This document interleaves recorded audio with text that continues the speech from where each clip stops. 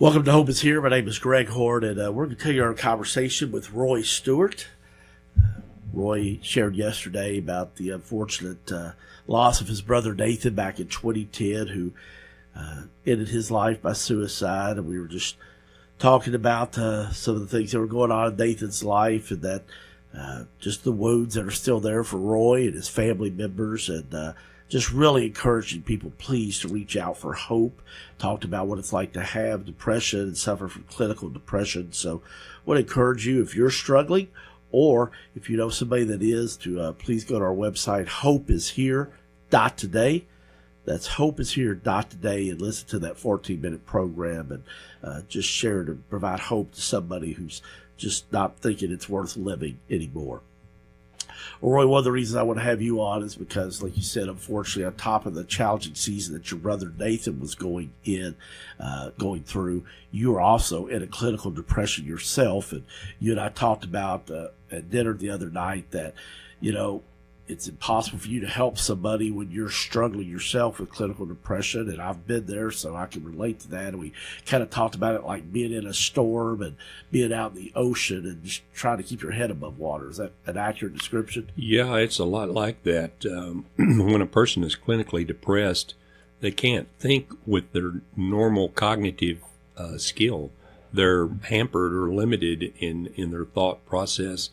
And most everything they're thinking is of a negative nature.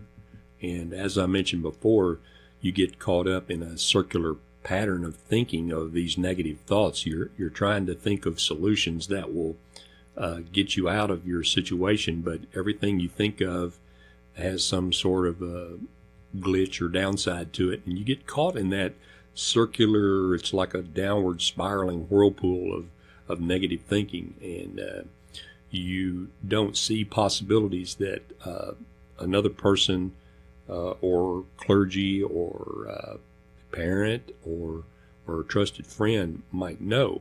And if you don't reach out and say, I'm struggling with this and it's really causing me severe mental, emotional anguish, then you never know the relief that you might find very quickly. So don't seclude yourself. You've got to be bold enough, strong enough to talk to someone about your issues. All right. Well, this was back in 2010 when Nathan ended his life, and yet you were struggling yourself. And how were you, Roy, able to pull out of this depression? And you had some obstacles going against you. You were a single guy. You kind of lived in a small town, and were just really discouraged. So how were you able to climb out? Well, it was a combination of things, Greg. I was praying constantly because I'm a Christian, and I'd always been taught, that if you pray, God will answer your prayers. So I never gave up on my prayer life. And my mother also, I informed her that I'd lost my job and that I'd had other issues that were really weighing heavy on my mind and was causing, depression. And she assisted me financially for a short while, and then I finally got a phone call one day from a staffing agency saying that they needed some engineering talent at a local factory, and I was able to start a part-time engineering position. And the act of getting up and going through the daily routine and being around other people and proving to myself that I was worthy of being hired somewhere, that I could be a productive employee and provide a service to someone, and earning that paycheck helped ease my mental condition, and I finally was able to gain traction and move out of the bog of the clinical depression. But it was a process, wasn't it? It was a process, and it wasn't overnight. It was kind of a long slog there for a while, but you just have to be tough, mentally tough and persistent, and know that this too will pass. Well, one of the things I tell my students at Midway University, Roy, is I give them a percentage of their grades going to be on attendance and participation. And the reason I do that is because I have found, Roy, in about 53 years that it seems to me like even half of life is just showing up. It is. And so many days you don't feel like it. So is that kind of accurate in your situation? Oh, yeah, definitely.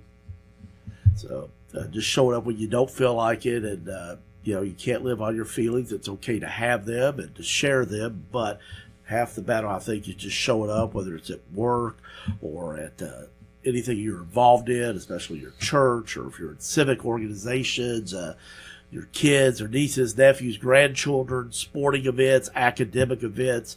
Being around other people is important too, isn't it, Roy? It is. I think you would share with what we talked about, because for both of us, it's easy to isolate yourself, isn't it? Yeah, and that's the wrong thing to do. When you isolate yourself, then you fall victim to stinking thinking or negative thinking, and it's not easy to overcome that. You need to mix with your friends and family, and not seclude yourself, because that's when Satan really gets a hold of your mind and can do a real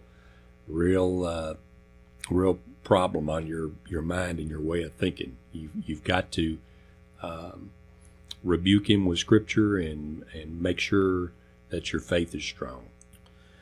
Just tuned in. We're talking with Roy Stewart, and he is talking about how he climbed out of a clinical depression back in 2010. And if you missed this earlier part of this program, or you missed yesterday's, we shared about the story of his brother Nathan, who unfortunately did not climb out of his. And that's why we do Hope is Here. We want to prevent things from happening like it did with Nathan, or with my friend like Jake back in the summer of 2018 when he ended his life. So go to our website, hopeishere.today, to hear yesterday's program, or if you missed the first part of this program. Roy, thankfully you were able to climb out of it, and you shared some of the things, but I want to ask you did mention that you were a Christian.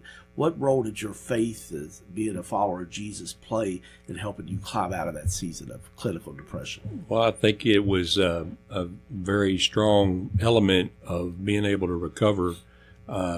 People with no foundation in church or belief in God, they are more apt to despair and just totally give up. They think their life will never be any better. But a Christian, they know that God is in control, and they know that God listens to your prayers.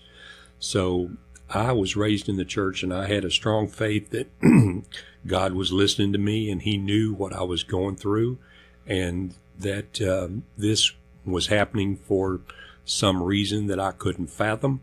And it may have been a test, but I just kept praying, and I kept holding on to my faith, knowing all along that even though Satan was tempting me with suicide, that was not an honorable solution. That was not what God would have me to do. Well, one of the things that I saw that you did too during your season of climbing out of the depression was you got involved in a singles ministry, and you volunteered and did different things. And so part of the process of that healing too is getting involved in, even though you really may not feel like doing it. Is that an accurate statement? Oh, yeah. Yeah. When you're clinically depressed, you want to withdraw, and you want to dwell and ruminate on your issues that are plaguing your mind. And that's the last thing you feel like doing if you just go strictly by your feelings. But you have to overcome those negative feelings, and you have to force yourself to get out into public and interact with people, and not let the depression completely dictate your daily activities. You've got to reach out and talk to people, and let people know what you're struggling with. And through those people who are not depressed, they can see possibilities and alternatives that the circular negative thinker never would have thought of. Well, and that brings me to the next point, Roy.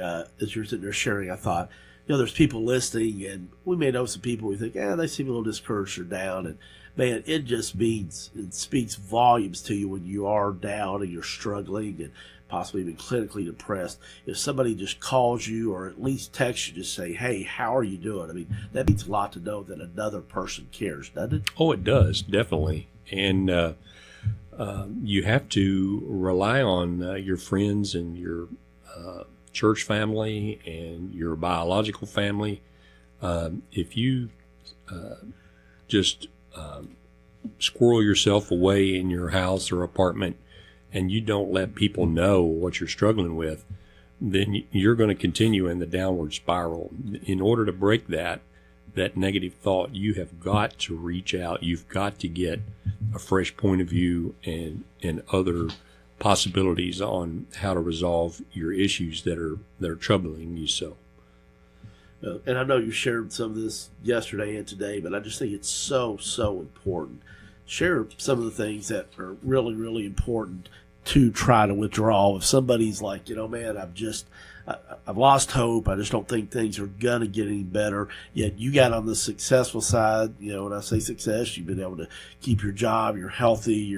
Both of us have taken some antidepressants in seasons we were in it. But as we talked about, that's not the only answer. But it also is okay to take those for a while too. I would agree. Can be part of the healing process. I would agree. For some people, that's probably a very good thing to do. In my case, I had been on several different antidepressants in several different dosages, and nothing seemed to be clicking with my body chemistry. I think more of the I don't know what the exact term is for it, but it's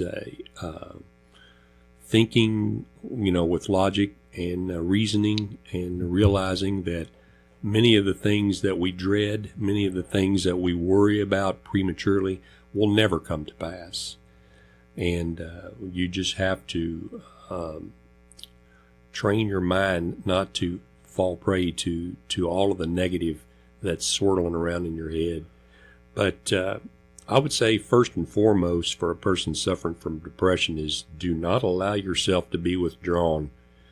Do not withdraw from your church family, your biological family, or your friends, and do speak up and talk to someone that you trust about all of the things that are bothering you. There may be several that you feel comfortable talking about, but there may be one heavy hitter that you're reluctant to talk about, but talk about them all.